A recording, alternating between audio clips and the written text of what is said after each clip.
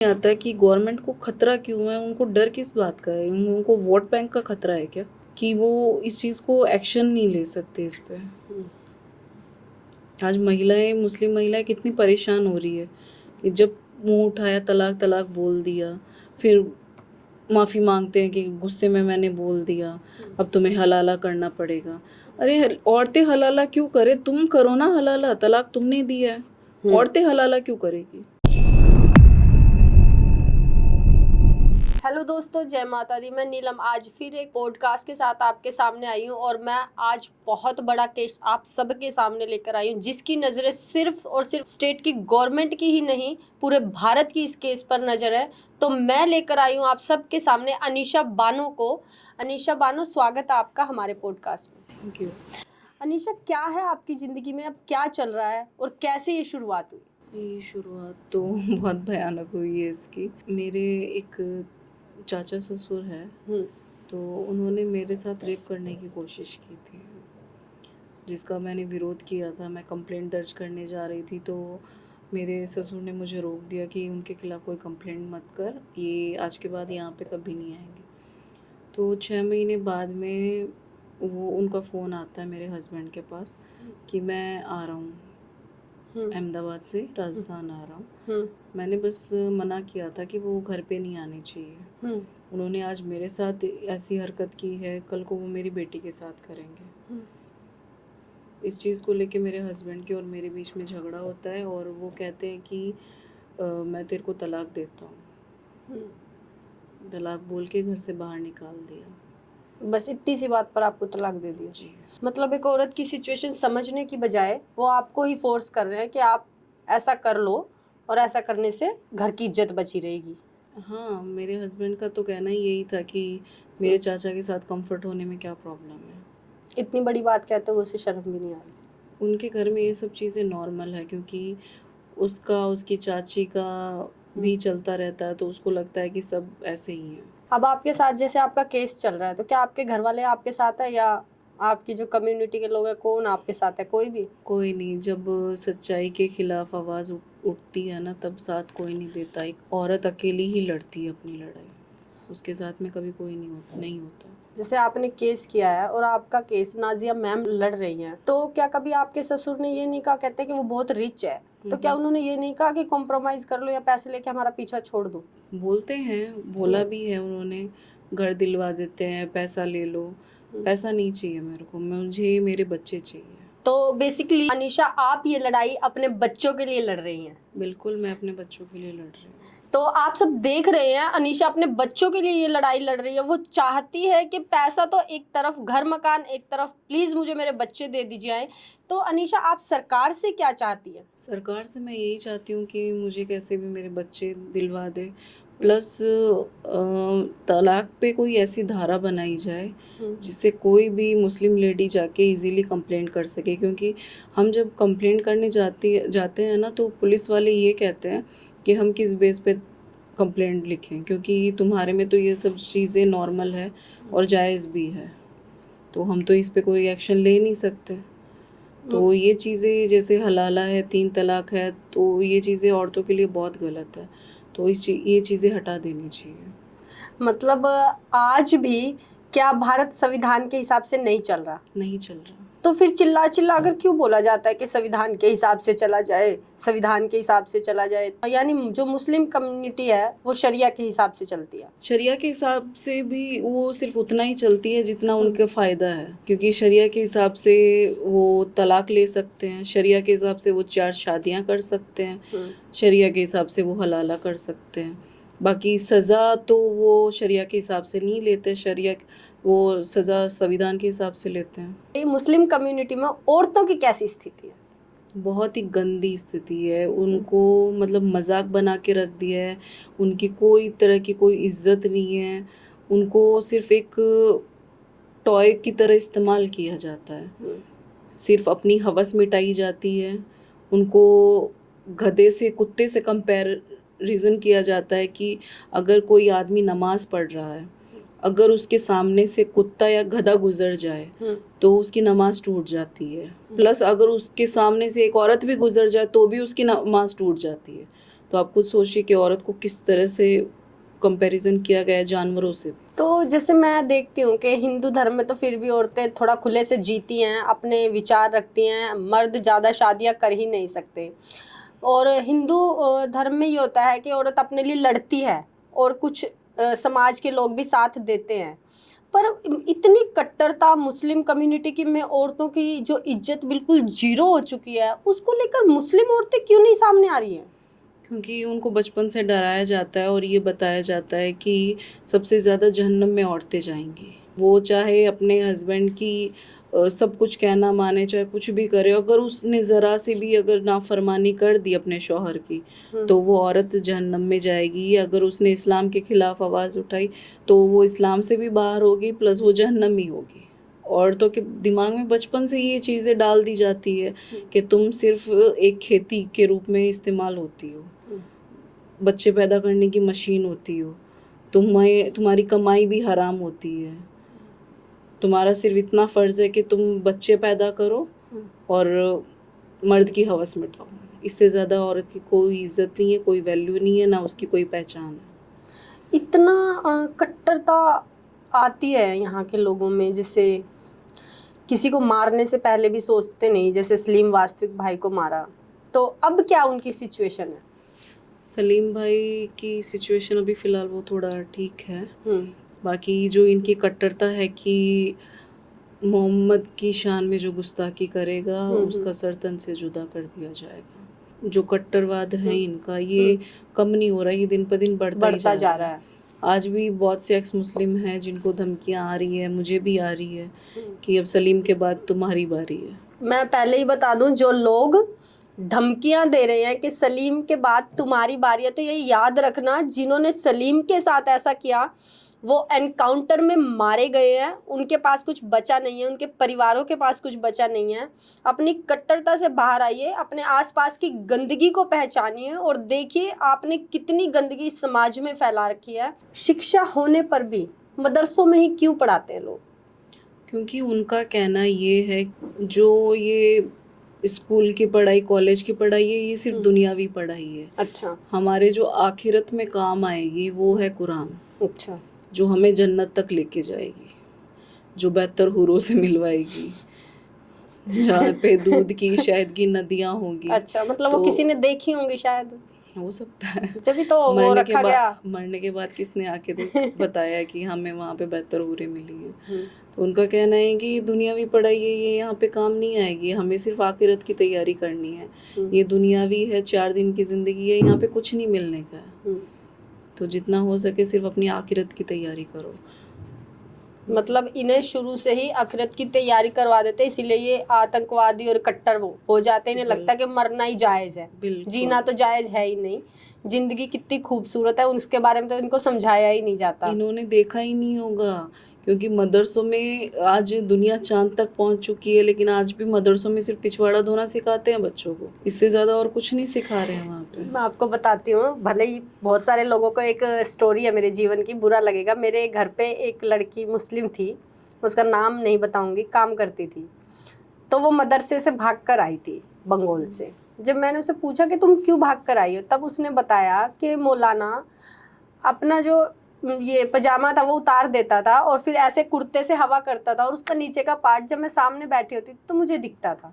तो कहती है कि वहाँ पे मैं बहुत अनसेफ फील करती थी, तो बाहर निकलने की इजाज़त नहीं थी। तो कहती है एक दिन मौलाना कहीं बाहर अंडे लेने गया था, जो बाहर से पैसा आता होगा उनको खाने पीने के लिए। तो कह रहे अंडे लेने गया, तो मैंने क्या करा, मैं दीवार लांग कर वहाँ से नंगे पैर खेत से ऐसे भागी। और मतलब जो मदरसा था वो ऐसी जगह था कि दूर दूर तक कोई नहीं। मोस्टली ये लोग जगह भी ऐसी देखते हैं मदरसों के लिए कि दूर दूर तक। तो कहते हैं कि मैं अपनी जान बचाकर भागी और फिर यहाँ आई, और यहाँ मैंने सोचा कि यहाँ झाड़ू पोछा करके ही मैं खा रही हूँ, कम से कम इज्जत का तो खा रही हूँ। तो इतनी मेरे को नहीं समझ आता, आप लोग क्यों नहीं समझते? जो आपके बड़े हुक्मरान हैं वो अपने बच्चों को विदेशों में पढ़ा रहे हैं, एजुकेशन दे रहे हैं, सेंट्रल लेवल पर कैसे बैठना है, पर मुस्लिम कम्युनिटी के जो छोटे तबके के लोग हैं वो आगे ही नहीं बढ़े। बहुत से मौलाना है, जो बड़े बड़े मौलाना मुफ्ती है, उनसे कभी कोई पूछता नहीं है। बाकी उनके बच्चे कोई भी मदरसों में नहीं पढ़ता है।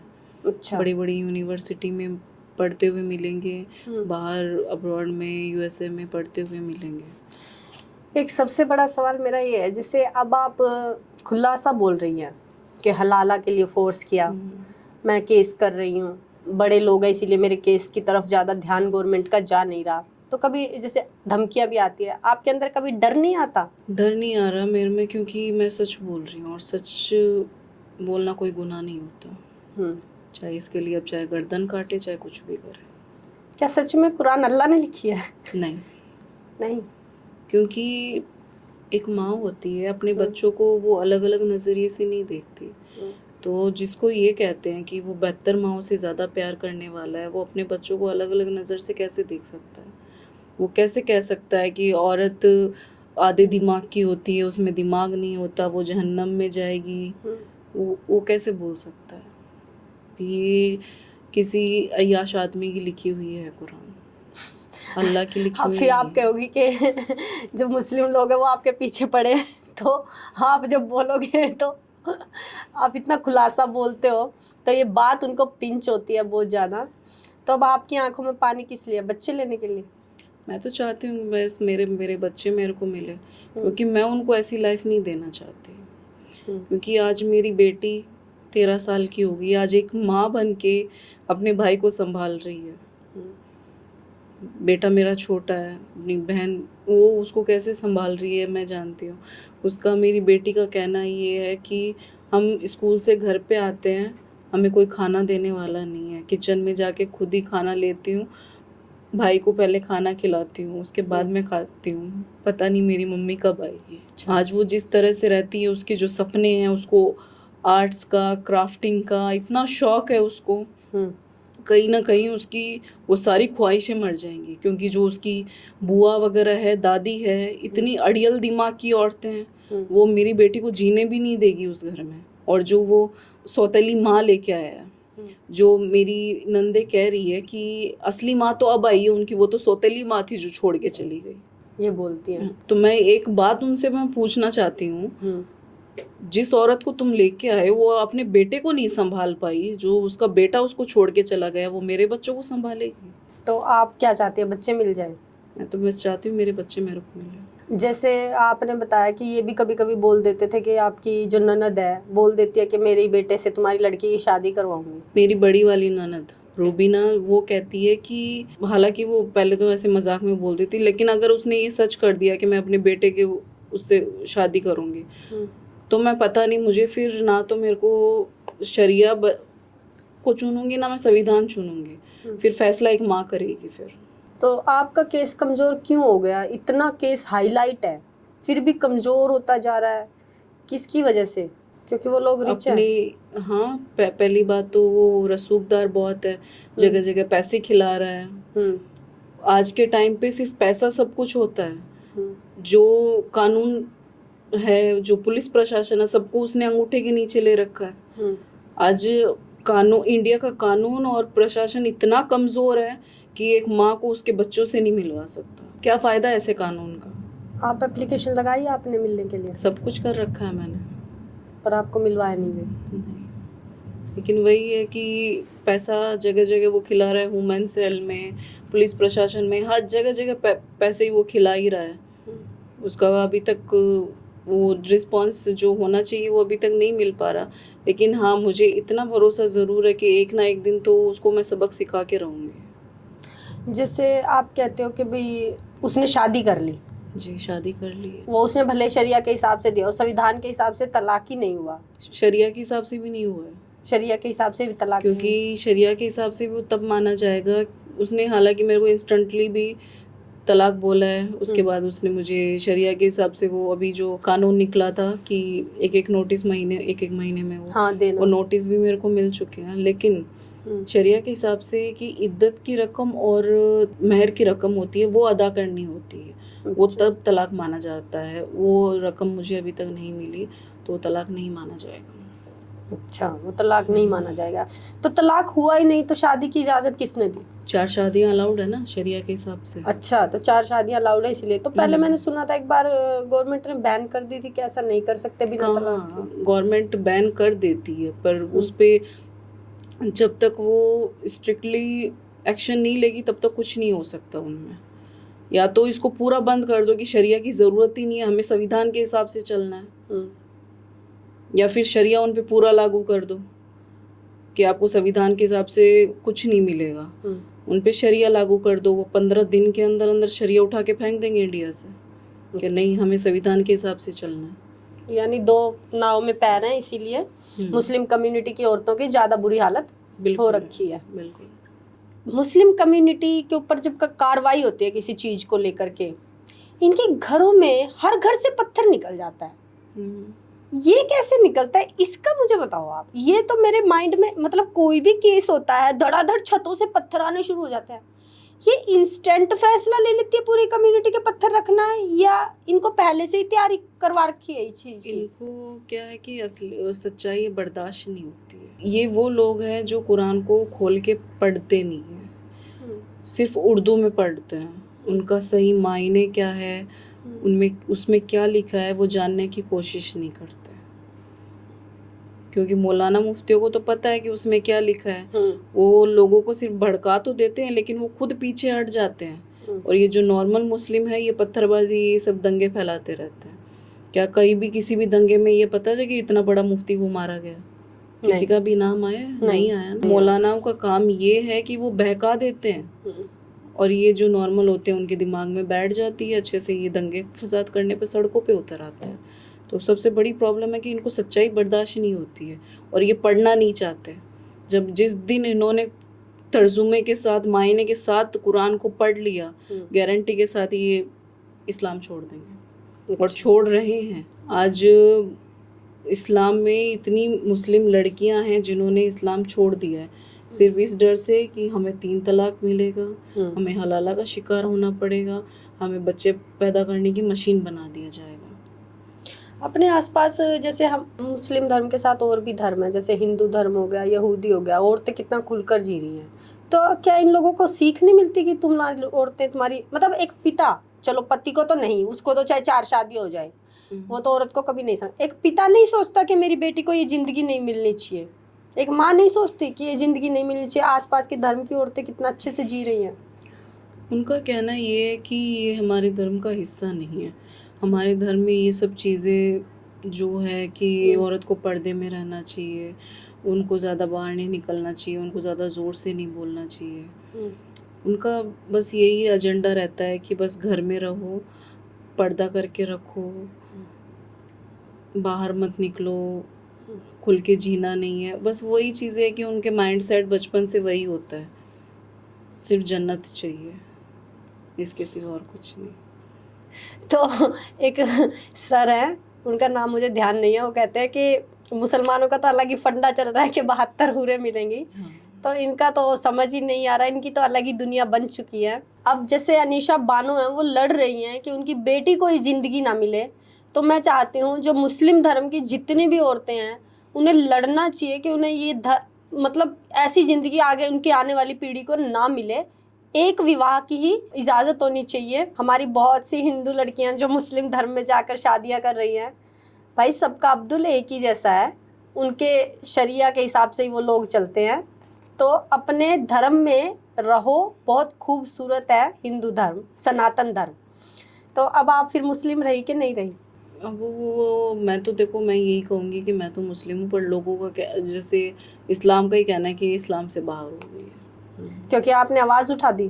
क्योंकि मैंने आवाज़ उठा दी, मैंने सवाल कर लिए।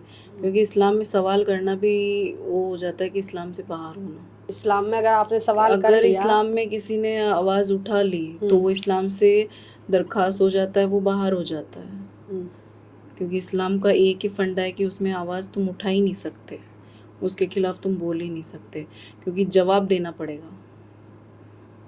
और जवाब उनमें ऐसे है कि सबको पता है कि क्या होगा। जैसे एक बार नुपुर शर्मा का बहुत ज़बरदस्त केस उठा था, क्योंकि सामने से जब किसी ने शिवलिंग के बारे में गलत बोला था, नुपुर शर्मा ने भी कुछ गलत बोल दिया था। क्या वास्तविकता में कुरान में यही लिखा हुआ है कि उन्होंने 6 वर्ष की लड़की से शादी करी थी?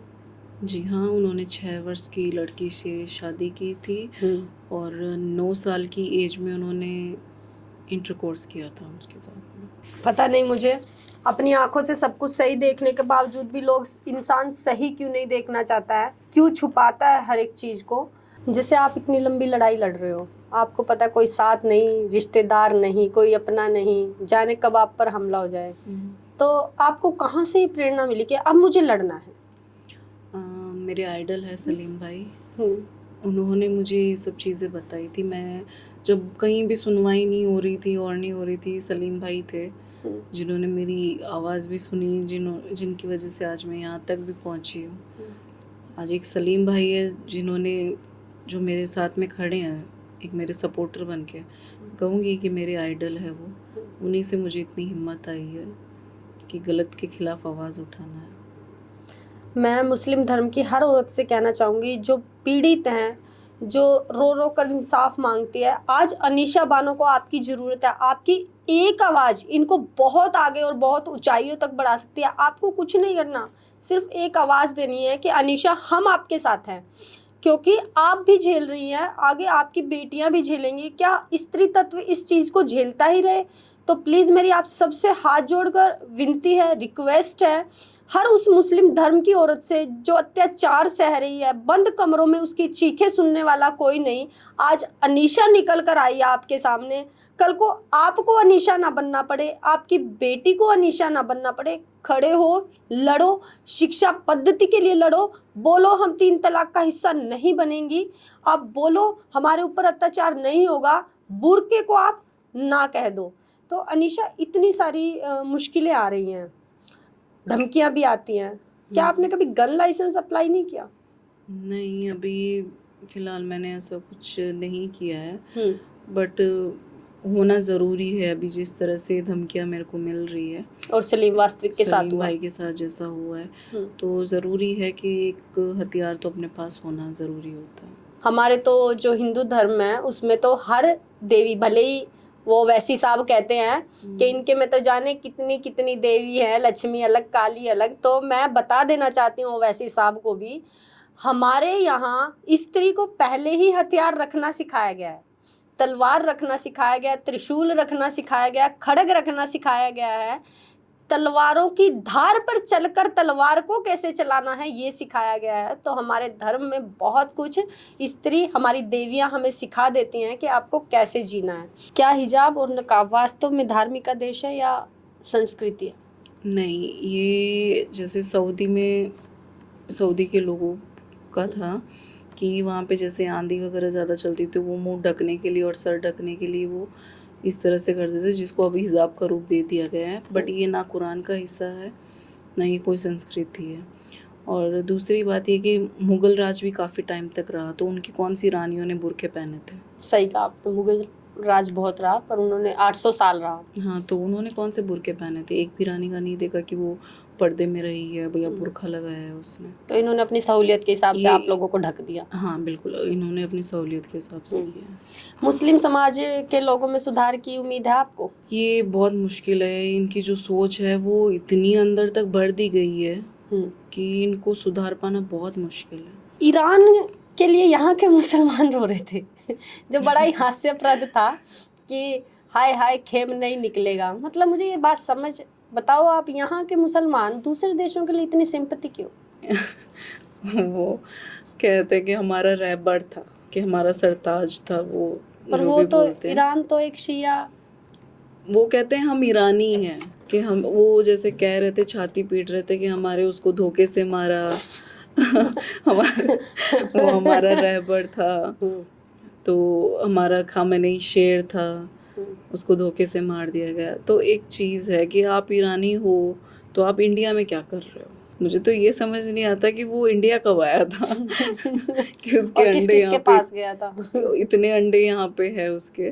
तो सबसे बड़ी बात है कि तुम अपने देश के सगे नहीं हो। सबसे बड़ी बात ये कि तुम जब अपने देश के सगे नहीं हो और जब तुम इतनी बड़ी बड़ी दहाड़े मार रहे हो कि हमें मोदी जी परमिशन दे दे तो हम वहाँ पे जाके जंग लड़े, तो मोदी जी कौन है बाप को जो परमिशन देंगे? पासपोर्ट निकालो, वीज़ा निकालो, चले जाओ, जंग तो लड़ो आप जाके वहाँ पे।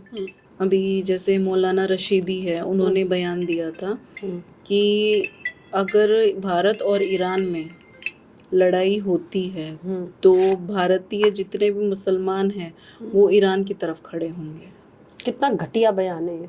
घटिया है ये, मतलब इनको हमारे आतंकवादी ही बोलना चाहिए। हाँ, जो भारत में ऐसे बयान देते हैं, जो दूसरे धर्म के लोगों में अपनी कट्टरता फैलाते हैं, मैं कहती हूँ गवर्नमेंट को इनको आतंकवादी ही घोषित कर देना चाहिए। गवर्नमेंट को क्या दिख नहीं रहा कि वो सड़कों पे प्रदर्शन कर रहे हैं? उन्होंने कौन से बॉर्डर पर जो जवान रहते हैं उनके लिए कितना प्रदर्शन किया? पुलवामा अटैक हुआ तब इन्होंने कितना प्रदर्शन किया था? कभी ये प्रदर्शन पे निकले ही नहीं है, कभी रोडों पे निकले, कभी रोड जाम नहीं किए? निकले। तो फिर ये जैसे फिलिस्तीन के लिए, ये अभी जैसे ईरान में वो खामनेई मर गया तो ऐसे छातियां पीट रहे जैसे इनका बाप था वो। ये बड़ा हास्यप्रद है कि यहाँ के मुसलमान जब छाती पीट रहे थे, हाय हाय खेमनेई निकलेगा। भाई लखनऊ में निकल के क्या करेगा, भारत में निकल के क्या करेगा? वो कौन सा तुम्हें यहाँ पे कोई राशन पानी दे के गया या तुम्हारे लिए उसने कुछ किया है? तुम खाते भारत का हो, रहते तुम भारत में हो, जो इतना तुम मुंह खोल के भौंक लेते हो ये सब तुम्हारे भारत की देन है। भारत के अलावा कहीं बोल नहीं सकते। भारत के तुम सांस नहीं निकाल सकते। और जो तुम ये भाईचारे की बात कर रहे हो कि ईरान के मुसलमान हमारे भाई है, वो तुम उनको भाई बोल सकते हो लेकिन वो तुम्हें कभी भाई नहीं बोलेगा। नहीं, वो शिया हैं और वो कभी सुन्नी को भाई नहीं बोलेंगे। सऊदी के जो अरब कंट्री के जितने भी मुसलमान हैं वो कभी ये नहीं कहेंगे कि पाकिस्तान के मुसलमान हमारे भाई है या इंडिया के मुसलमान हमारे भाई है। वो तो कहते हैं कन्वर्टेड कुत्ते हैं। हाँ, वो यही बोलते हैं क्योंकि यही यहाँ के जो मुसलमान हैं वही भौंकते रहते हैं कि वो हमारे भाई है, बाकी इनको कोई भाई नहीं मानता है। इस्लाम में जिहाद का असली मतलब क्या है? जिहाद करना है। अगर तुम्हारे पड़ोस में भी रह रहा है तो तुम्हारी कोशिश यही रहनी चाहिए कि तुम उसको कन्वर्टेड करो, तुम उसको मुसलमान बनाओ, वरना तुम्हारी पकड़ होगी आखिरत में। अच्छा। अल्लाह के घर में तुम्हारी पकड़ होगी कि तुम्हारे सामने काफिर रहता था लेकिन तुमने उसको मुसलमान नहीं बनाया। यहाँ तक है कि अगर तुम्हारे आसपास कोई काफिर है तो उसको चारों तरफ से घेर लो। अगर वो कलमा पढ़ता है, वो इस्लाम कबूल करता तब तो ठीक है, उसको छोड़ दो, वरना तुम उसको कत्ल कर दो। मतलब कत्ल की इजाज़त देती है कुरान जी। तो जो लड़कियां शादी करती हैं मुस्लिम धर्म में, तो आपको मैं पहले ही बता दूं, आपका कोई वजूद नहीं है, आप अपने वजूद को छोड़कर ना खुद को ख़त्म कर रही हैं। क्या हलाला का मूल उद्देश्य तलाक के मामलों को गंभीर बनाना था? कुरान में बोला गया है कि अगर कोई आदमी तलाक देता है तो उसको सज़ा मिलनी चाहिए। तो इसमें अलग है कि औरत को सज़ा मिलती है, आदमी को सज़ा नहीं मिलती है, क्योंकि औरत को हलाला करना पड़ता है। तलाक हस्बैंड ने दिया, ये तो एक रेप हो गया। बिल्कुल रेप ही है एक तरह से, कि उसकी बिना मर्जी के उसके खिलाफ ये चीज़ें होती है, उसकी इज्जत पे हाथ डाला जाता है, तो एक तरह से रेप ही हो गया ये। तो इसमें ये है कि कुरान में ये चीज़ लिखी है कि अगर हस्बैंड तलाक दे रहा है तो उसको भी सज़ा मिलनी चाहिए। तो यहाँ पे हस्बैंड को सज़ा नहीं मिलती, एक औरत को ही सज़ा मिलती है।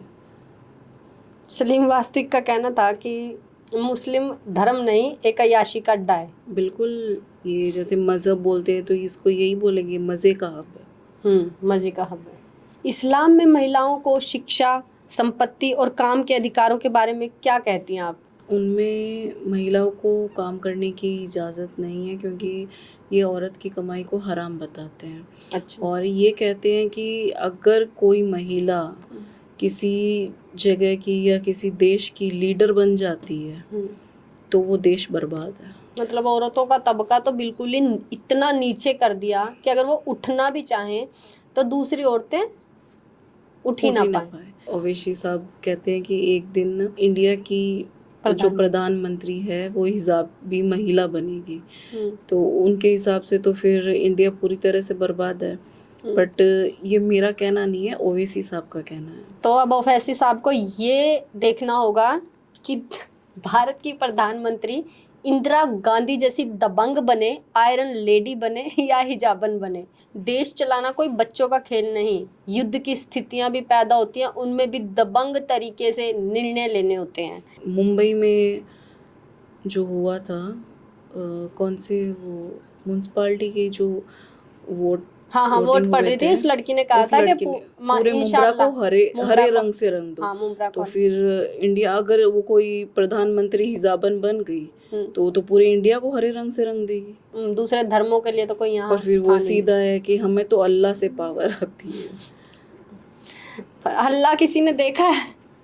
वास्तविकता में मैं आप सबको एक बात बता दूं कि ईश्वर एक है, उसमें आप अल्लाह कह लीजिए, आप बाइबल देख लीजिए, अगर आप धर्म और कर्म से चले तो ईश्वर एक है, पार ब्रह्म परमेश्वर।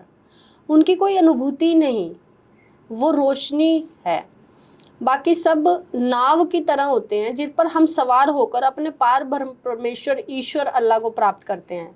नेकी करना, अच्छे कर्म करना और ईमानदारी से जीना, किसी जीव की हत्या करना, ये मुझे तो नहीं लगता अल्लाह कहते होंगे। ये तो अपने हिसाब से इनको स्वाद आ गया तो बकरा काट लिया, जी कर गया तो मुर्गा काट लिया, और जी कर गया तो 4 औरतें कर ली। क्योंकि मैंने एक बार ये भी सुना था कि जो मुस्लिम कम्युनिटी के जो जेंट्स होते हैं उनमें एक प्रॉब्लम होती है, मतलब एक ऐसी बीमारी होती है जिससे उनको सेक्सुअल रिलेटेड प्रॉब्लम होती है कि अगर उन्हें सेक्स तो मतलब चाहिए ही चाहिए। तो कहते हैं कि इसीलिए इनको ये 3-4 शादियां कर लेते हैं। बिल्कुल। हमारे जैसे धर्म में होता है कि ब्रह्मचर्य का पालन करना सिखाया जाता है, हनुमान जी के पद चिन्हों पर चलते हुए, भगवान हनुमान के। तो इस धर्म में ऐसी कोई पद्धति नहीं है कि लड़कों को ब्रह्मचर्य सिखाया जाए। जो अब गवर्नमेंट ने जैसे ट्रिपल तलाक रोक दिया था, फिर इस पर क्यों लागू नहीं किया इसको? वो तो गवर्नमेंट ही बता सकती है ये, क्योंकि इसको सिर्फ बैन करने से कुछ नहीं होगा। जब तक इस पे सख्त कार्रवाई नहीं बनेगी, जब तक इस पे कोई धारा नहीं बनेगी। मुझे तो ये समझ नहीं आता कि गवर्नमेंट को खतरा क्यों है, उनको डर किस बात का है? उनको वोट बैंक का खतरा है क्या कि वो इस चीज़ को एक्शन नहीं ले सकते इस पे? आज महिलाएं, मुस्लिम महिलाएं कितनी परेशान हो रही है कि जब मुंह उठाया तलाक तलाक बोल दिया, फिर माफ़ी मांगते हैं कि गुस्से में मैंने बोल दिया, अब तुम्हें हलाला करना पड़ेगा। अरे औरतें हलाला क्यों करे? तुम करो ना हलाला, तलाक तुमने दिया है, औरतें हलाला क्यों करेगी? हर चीज़ में सिर्फ औरतों को टारगेट क्यों बनाया गया है? तलाक के बाद बच्चे को माँ के पास रहना चाहिए या पिता के पास? ऑब्वियसली माँ के पास। माँ के पास, क्योंकि बाप वो चीज़ नहीं कर सकता जो एक माँ संभाल सकती है अपने बच्चों को। क्योंकि बाप तो दूसरी बीवी लेके आ जाएगा। और आ तो भी गया आपका हस्बैंड तो लेकर। बिल्कुल लेके आ गया। मुझे तो अफसोस इस बात का होता है कि एक तो बेशरम औरत होगी जो इतना सब कुछ जानने के बाद भी उसके पीछे आई है, और उससे भी बड़े बेशरम होंगे उस औरत के माँ बाप जिन्होंने सब कुछ जानने के बाद भी अपनी बेटी दे दी है। क्या चाहिए था? पैसा चाहिए था क्या, जो ऐसे आदमी के हाथ में अपनी बेटी दी है? या बोझ बनी हुई थी बेटी? क्योंकि उसका डाइवोर्स हुए भी 7 साल हो चुके थे उस औरत का। अच्छा। और उसका बेटा था जो उसको छोड़ के चला गया। तो दोनों सेम हो गए ना, इसीलिए शादी हो गई। 20 से 21 साल का तो उसका बेटा है। तो जो अपने बच्चों को नहीं संभाल पाई तो वो मेरे बच्चों को क्या संभालेगी? तो आप रिक्वेस्ट करो ना हाथ जोड़ के कि मुझे मेरे बच्चे दे दो। गवर्नमेंट से ही रिक्वेस्ट कर रही हूँ कि बस मुझे मेरे बच्चे, कैसे भी करके मुझे मेरे बच्चे दिलवा दिए जाए। तो मैं आप सबसे हाथ जोड़कर रिक्वेस्ट करती हूँ, अनीशा बानो बार बार अपने बच्चे मांग रही हैं, वो चाहती हैं उनकी बेटी खुलकर जिए, शरिया के हिसाब से नहीं, अपने हिसाब से जिए, उड़े, पंख लगे, जो वो चाहती है वो करे। तो इसमें कोई गलत नहीं है। एक माँ अपनी बेटी को मांग रही है, अपने बच्चों को मांग रही है। तो प्लीज़ मेरी गवर्नमेंट से रिक्वेस्ट है, अनीशा बानो केस पर बहुत गहन तरीके से नज़र डाली जाए और जल्द से जल्द इस केस का फैसला लेकर आए, ताकि ये मोहर लग सके कि हमारा भारत सिर्फ शरिया के हिसाब से नहीं, लोकतंत्र हिसाब से चलता है, संविधान के हिसाब से चलता है। और ये मोहर जो हमारे ऊपर के लोग बैठे हैं, हमारे जज हैं, हमारे पुलिस डिपार्टमेंट के लोग हैं, वही लोग मिलकर लगा सकते हैं। अनीशा बानो केस में इनको न्याय दिलवा सकते हैं, न्याय की प्रक्रिया को तेज करवा सकते हैं। तो प्लीज़ अनीशा बानो आज अपने बच्चों के लिए लड़ रही है, आप सब मिलकर इनका साथ दें। जैसे इतनी सारी धमकियाँ आती हैं, तो आप गवर्नमेंट से क्या चाहती हैं? मैं गवर्नमेंट से एक चीज़ कहूँगी कि जो भी एक्स मुस्लिम कम्युनिटी है, क्योंकि अभी जैसे सलीम भाई के ऊपर हमला हुआ और भी एक्स मुस्लिमों को धमकी आ रही है, तो मैं ये चाहूँगी कि गवर्नमेंट इस पर ध्यान दे और उनके लिए लाइसेंसी हथियार प्रोवाइड करवाए और उनकी सेफ्टी के लिए कुछ करे। मतलब उनकी सेफ्टी के लिए एक विशेष कानून निकाले। अभी तरुण का मामला भी हुआ है, अब वो कहते हैं कि पहले से ही रंजिश थी। पहले से अगर रंजिश अगर होती तो वो अपनी प्रोटेक्शन ले रखे होते प्रोटेक्शन हैं वो तरुण पूरी ने। तरह से लेके रखे होते हैं। और जैसे उनका भी कहना है कि वो मारने के लिए आए थे, तो जो अगर वो मारने के लिए आए तो आप में से तो एक भी नहीं मरा। मरा तो तरुण ही ना, और उसके घर में ही लोग घायल हुए हैं। हाँ। आपका तो किसी का कुछ नहीं गया। उनमें से तो किसी को चोट भी नहीं आई, किसी को कुछ लगा भी नहीं है, खरोच भी नहीं आई है, उनका बेटा चला गया। अब आप क्या चाहती हैं, कितना चेंजेस गवर्नमेंट करे? मुस्लिम कम्युनिटी में कितने चेंज की ज़रूरत है? मुस्लिम कम्युनिटी में तो बहुत चेंजेस की ज़रूरत है। जैसे सबसे पहले तो मदरसे बंद होने चाहिए। चाइना में तो मदरसे बहुत बंद हैं, हिम्मत नहीं वहाँ कोई बंद करे। चाइना में तो फुली एक्शन लिया गया है कि उनको तो ज़मीन तक नहीं दी जाती है कि तुम्हें अगर दफनाने तो अपने देश जाके दफनाओ, यहाँ पे ज़मीन नहीं मिलेगी। अच्छा, तो ज़रूरत है यहाँ पे भी कड़ा एक्शन लेने की, ये तभी सुधर पाएंगे, तभी सुधर पाएंगे, वरना नहीं सुधर सकते हैं। जो रोहिंग्या मुस्लिम आए हैं और जो दूसरे मुस्लिम है, क्या ये अलग अलग हैं या कट्टरता सेम है? कट्टरता तो सेम ही है इनकी सबकी। और जो ये टोपी लगाते हैं और ऊंचा पजामा, क्या ये कुरान में लिखा हुआ कि ऊंचा पजामा पहनना और टोपी लगानी है? कुछ नहीं है, ये सब कुछ इन्होंने अपने हिसाब से ही कर रखा है। मैं अनीशा बानो पर एक बात कहना चाहूँगी। औरत ने जन्म दिया, मर्दों ने बाजार दिया, जब जी चाहा मचला कुचला, जब जी चाहा मसला कुचला, जब जी चाहा धुतकार दिया। बहुत गलत है, अनीशा बानो के साथ बहुत गलत हो रहा है। हम सबको, सिर्फ मुस्लिम कम्युनिटी की औरतों को नहीं, हम हर एक धर्म की औरत को उनके साथ खड़ा होना पड़ेगा, कट्टरता से खड़ा होना पड़ेगा, ताकि उनको उनके बच्चे मिल सके जो बच्चे रो रहे हैं। आपके बच्चे तकलीफ में हैं, आपके पति देख नहीं रहे उनको इसका मतलब सही से। वो क्या देखेगा, वो अय्याश आदमी है। उसको सिर्फ औरतों के अलावा उसको कभी कुछ दिखा ही नहीं है। एज का भी फ़र्क नहीं करता, 50-55 साल की औरतों के साथ में रिलेशंस उसके, तो वो क्या देखेगा बच्चों को? वो खुद को देख ले, वही बहुत है। बेटी रोती है, फ़ोन करती है आपको? फ़ोन नहीं करती, बस मुझे कहीं से पता चलता है उसका नाम, तो मैं नहीं ले सकती उनका, लेकिन मुझे पता चल रहा है कि एक दिन भी ऐसा नहीं जाता जब वो रो के सोती नहीं है। तो एक वही है कि उसको वहाँ पे हर चीज़ दिखाई देती।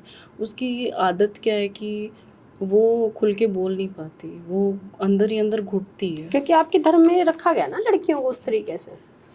उसके जो दादा है, दादी है, बात बात पे उसको परेशान करते हैं। मेरे रहते ही करते थे, हर चीज़, छोटी छोटी चीज़ें बार बार में उसको आवाज़ देना। अब वो छोटी है, अभी उसे उसको घरों के काम में आप लगा दोगे तो वो कहाँ से कॉन्सेंट्रेट कर पाएगी पढ़ाई में और में। तो वो बहुत ऐसे रहती थी। वो उस टाइम पे भी गुस्सा करती थी कि मम्मी मुझे टिकने नहीं देते, मेरे को पढ़ाई नहीं करने देते।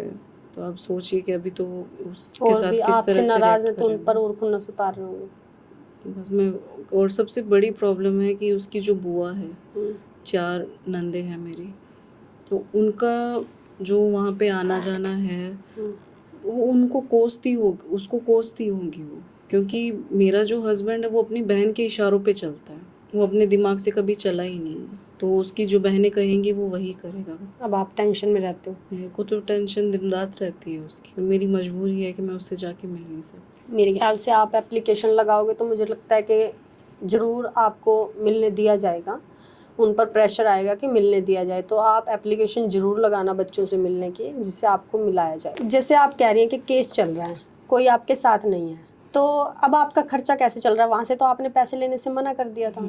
अभी जैसे सभी इंडिया फैमिली है, बस काफ़ी लोग हैं जो मेरी हेल्प कर रहे हैं। जैसे आपने बुलाया, आपने हेल्प कर दी, तो ऐसे बहुत से लोग हैं जो मेरी हेल्प कर देते हैं अभी। अच्छा, तो मतलब वहाँ से आपका हो जाता है। जी। भाई हैं आपके? भाई है। फ़ोन नहीं करते? कोई साथ नहीं दे रहा? नहीं। मैं इस पर आपको सिर्फ एक बात कहूँगी कि इस वक्त ना आपको अपने बच्चे लेने हैं, पैसे नहीं लेना। पैसे का क्या करूँगी? पैसे तो मैं खुद ही भी कमा सकती हूँ मैम। हमारे जो हिंदू धर्म में कहते हैं ना कि खड़ग ले काली बन, मैदान छोड़ना नहीं। चाहे आप अकेली भी खड़ी हैं, अगर आपको लग रहा है आपको अपने बच्चे पाने, आपका रास्ता सही है, तो डरना नहीं। अपने बच्चों को अपने पास लाकर छोड़ना और इस समाज को, इस संसार को ये दिखाना कि जिस तरह बच्चों के लिए माँ काली सब कुछ त्याग सकती हैं, उसी तरह आपने भी अपने बच्चे प्राप्त कर लिए, ले लिए हैं, इस समाज से लड़के, इस दुनिया से लड़के। तो अंत में आप क्या कहना चाहेंगी? मैं बस यही कहूँगी कि जो भी मुस्लिम कम्युनिटी की जो भी औरतें हैं, अब वो प्लीज़ बहुत सह लिया, अब तो आवाज़ उठाओ कम से कम अपनी बच्चियों के लिए और खुद के लिए। मिलते हैं आपको फिर अगले पॉडकास्ट में। जय माता दी।